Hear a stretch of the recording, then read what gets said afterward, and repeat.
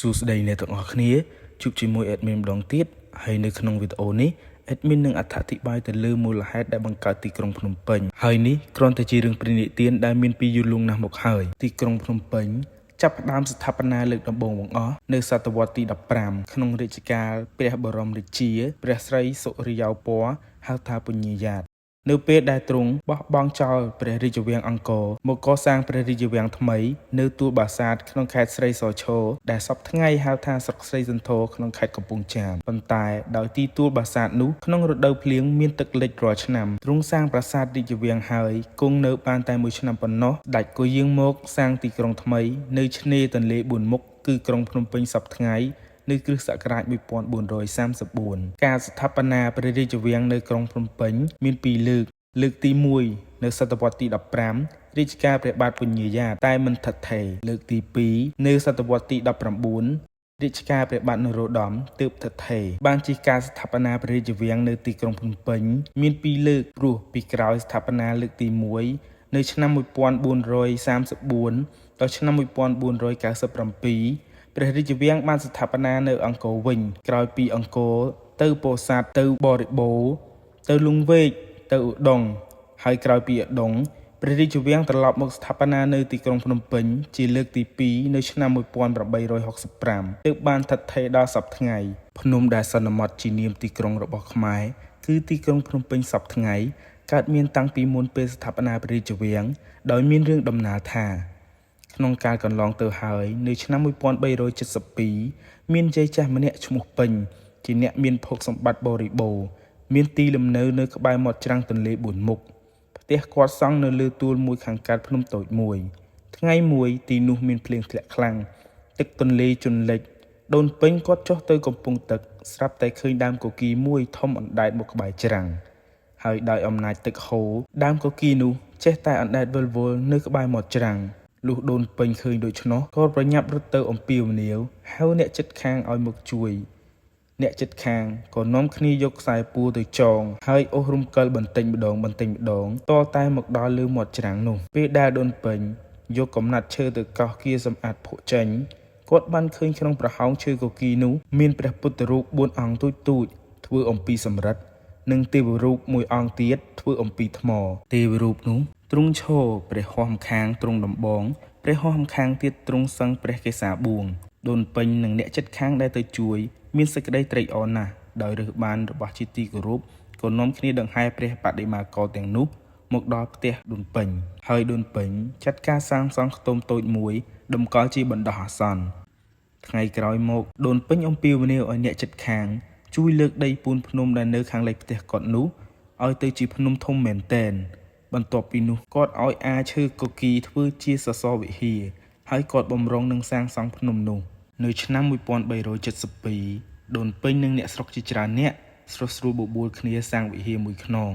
ប្រក់ស្បូវនៅលើកំពូលភ្នំហើយគាត់ដង្ហែព្រះពុទ្ធរូបសម្រិទ្ធ4ព្រះអង្គទៅតម្កល់ទុកក្នុងវិហារនោះ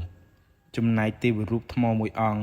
គាត់ដង្ហែទៅតម្កល់ទុកលើអាសនៈមួយនៅជើងភ្នំខាងកើតហើយដោយគាត់យល់ថាទេវរូបនោះអណ្ដែតទឹកនិងមានបែបភាពដូចជាលាវគាត់ក៏បានសន្មតនាមថាអ្នកតាព្រះចៅនាមនេះចាប់មកដល់សប្តាហ៍ថ្ងៃនេះដែរការសាងវិហាររួចហើយគាត់និមន្តព្រះសង្ឃមកគង់លើភ្នំនោះក្នុងទិសខាងលិចទើបកើតមានឈ្មោះថាវត្តភ្នំដូនពេញតែសប្តាហ៍ថ្ងៃនេះហៅកាត់ខ្លីថាវត្តភ្នំហើយទីភូមិនោះគេហៅថាភ្នំពេញតាំងពីពេលនោះមករហូតដល់សប្តាហ៍ថ្ងៃឯព្រះពុទ្ធរូប4ព្រះអង្គនិងអ្នកតាព្រះចៅនោះបានបង្ហាញឫទ្ធិថាពូកែខ្លាំងណាស់អ្នកណាបានស្រន់អីក៏បានសម្រេចដោយបំណងប្រាថ្នាព្រះរាជពង្សាវតារប្រទេសកម្ពុជាចែងថាព្រះបាទសម្ដេចព្រះបរមរាជាពញាយ៉ាតទ្រង់គ្រប់គ្រងរាជសម្បត្តិគង់នៅក្នុងព្រះបរមរាជវាំងមហានគរឬហៅថានគរធំបាន15ឆ្នាំលុះមកដល់ឆ្នាំគម្រប់16ឆ្នាំ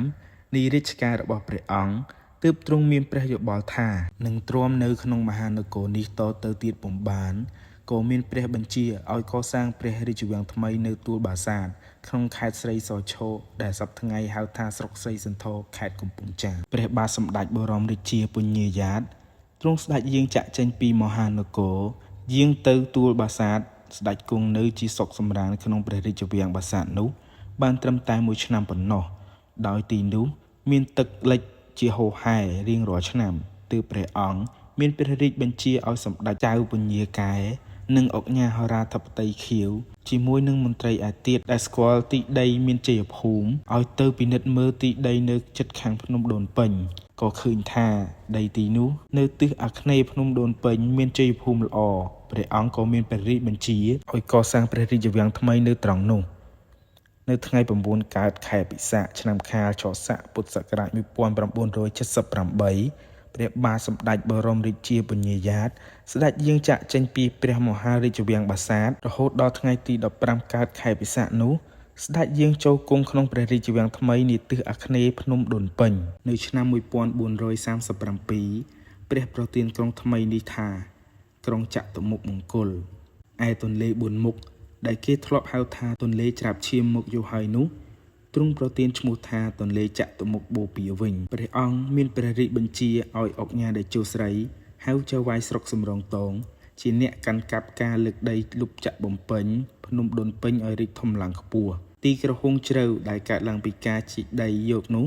ជាប់ឈ្មោះថាបឹងតេជោរៀងមកគឺទីដីត្រង់ផ្សារថ្មីសប្តាហ៍ថ្ងៃនេះឯងទ្រង់មានព្រះរាជបញ្ជាឲ្យអង្គញាភ្លុងហៅចៅវាយស្រុកបាទីកាន់កាប់ការជីកព្រែកមួយនៅខាងត្បូងភ្នំដូនពេញដែលជាប់ឈ្មោះថាព្រែកអង្គញាភ្លុងហើយវេលាក្រោយមកហៅថាព្រែកពីមធ្លុងគឺត្រង់កន្លែងសួនវែងសន្លឹមនៅខាងកើតព្រះសមុនីចេតិយសប្តាហ៍ថ្ងៃព្រះបាទសម្ដេចព្រះបរមរាជាបញ្ញាយ៉ាតទ្រង់មានព្រះរាជបញ្ជាឲ្យកសាងវិហារលើទីដីខ្ពស់ដែលចាក់ថ្មីថែមត្រង់កន្លែងវិហារចាស់របស់ដូនពេញឲ្យកសាងចេតិយធំពីខាងក្រោយវិហារទ្រង់ក៏បញ្ញត្តិឲ្យហៅវត្តភ្នំដូនពេញថាវត្តព្រះចេតិយបរពតដូច្នេះវិញលុះក្រោយមកមហាជនបែរជាហៅវត្តនោះថាវត្តភ្នំដូនពេញចំណែកអ្នកខ្លះទៀតហៅថាវត្តភ្នំពេញឬវត្តភ្នំជាប់តរៀងមកទ្រង់មានព្រះរាជបញ្ជាឲ្យកសាងវត្តចំនួន6ដទៃទៀត1វត្តកោះនៅត្រង់ទិសខាងកើតឈៀងអាគ្នេយ៍ភ្នំដូនពេញ2វត្តលង្កាដែលនៅត្រង់ទិសខាងកើតឈៀងឦសានភ្នំដូនពេញ3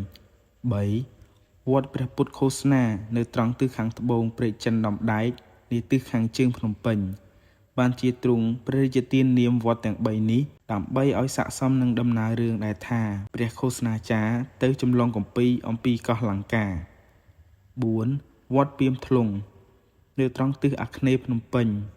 ជិតជាប់នឹងមាត់ព្រែកអង្គញាភ្លុងឆ្ងាយបន្តិចពីវត្តកោះព្រះពុទ្ធរូបអង្គធំដែលតម្កល់ក្នុងវិហារវត្តពីមធ្លុងនោះមានព្រះនាមថាព្រះកលែងព្រោះគេបិទមាសរំលេច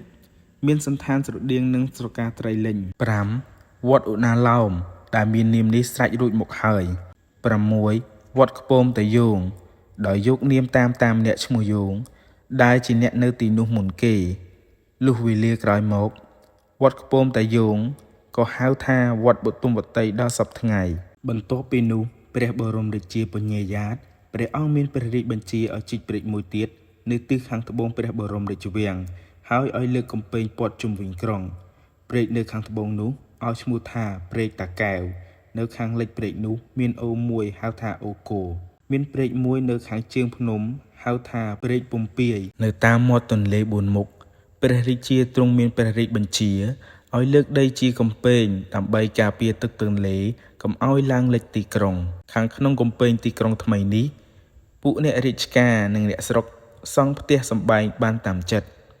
ឯភូមិភាគខាងលិចទីក្រុងសុទ្ធតែជាវាលស្រែ4ឆ្នាំក្រោយមកព្រះនារាយរាជាព្រះរាជបុត្រច្បងនៃព្រះបរមរាជាបញ្ញាយ៉ាត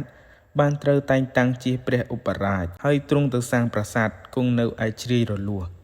ក្នុងពេលជាមួយគ្នានោះព្រះសីរាជាព្រះរាជបុត្របន្ទាប់ពីព្រះបរមរាជាបញ្ញាយ៉ាតទ្រង់ទៅគង់នៅទិសខាងលិចអូគោលើទួលមួយដែលជាប់នាមហៅថាទួលព្រះស្រីនៅខាងជើងវត្តព្រះពុទ្ធមានបុណ្យការស្ថាបនាព្រះរាជវាំងនៅទីក្រុងភ្នំពេញលើកទី2នៅក្នុងឆ្នាំ1865ព្រះបាទសម្ដេចព្រះនរោត្តមព្រះសុវណ្ណកោដ្ឋស្ដេចយាងចាក់ចេញពីបរមរាជវាំងស្រះសារពើយុទ្ធក្រុងឧដុង្គមានជ័យមកគង់ក្រុងភ្នំពេញចតុមុខនគរការកសាងក្រុងភ្នំពេញក្នុងរាជការព្រះករុណានរោត្តមនេះជាការកសាងលើកទី2តពីលើកទី1ក្នុងរាជការព្រះបរមរាជាបញ្ញាយ៉ាតបានប្រកបដោយជោគជ័យសិរីមង្គលរុងរឿងចម្រើន ស្ថិតថេររហូតមកដល់សព្វថ្ងៃនាពេលបច្ចុប្បន្ននេះ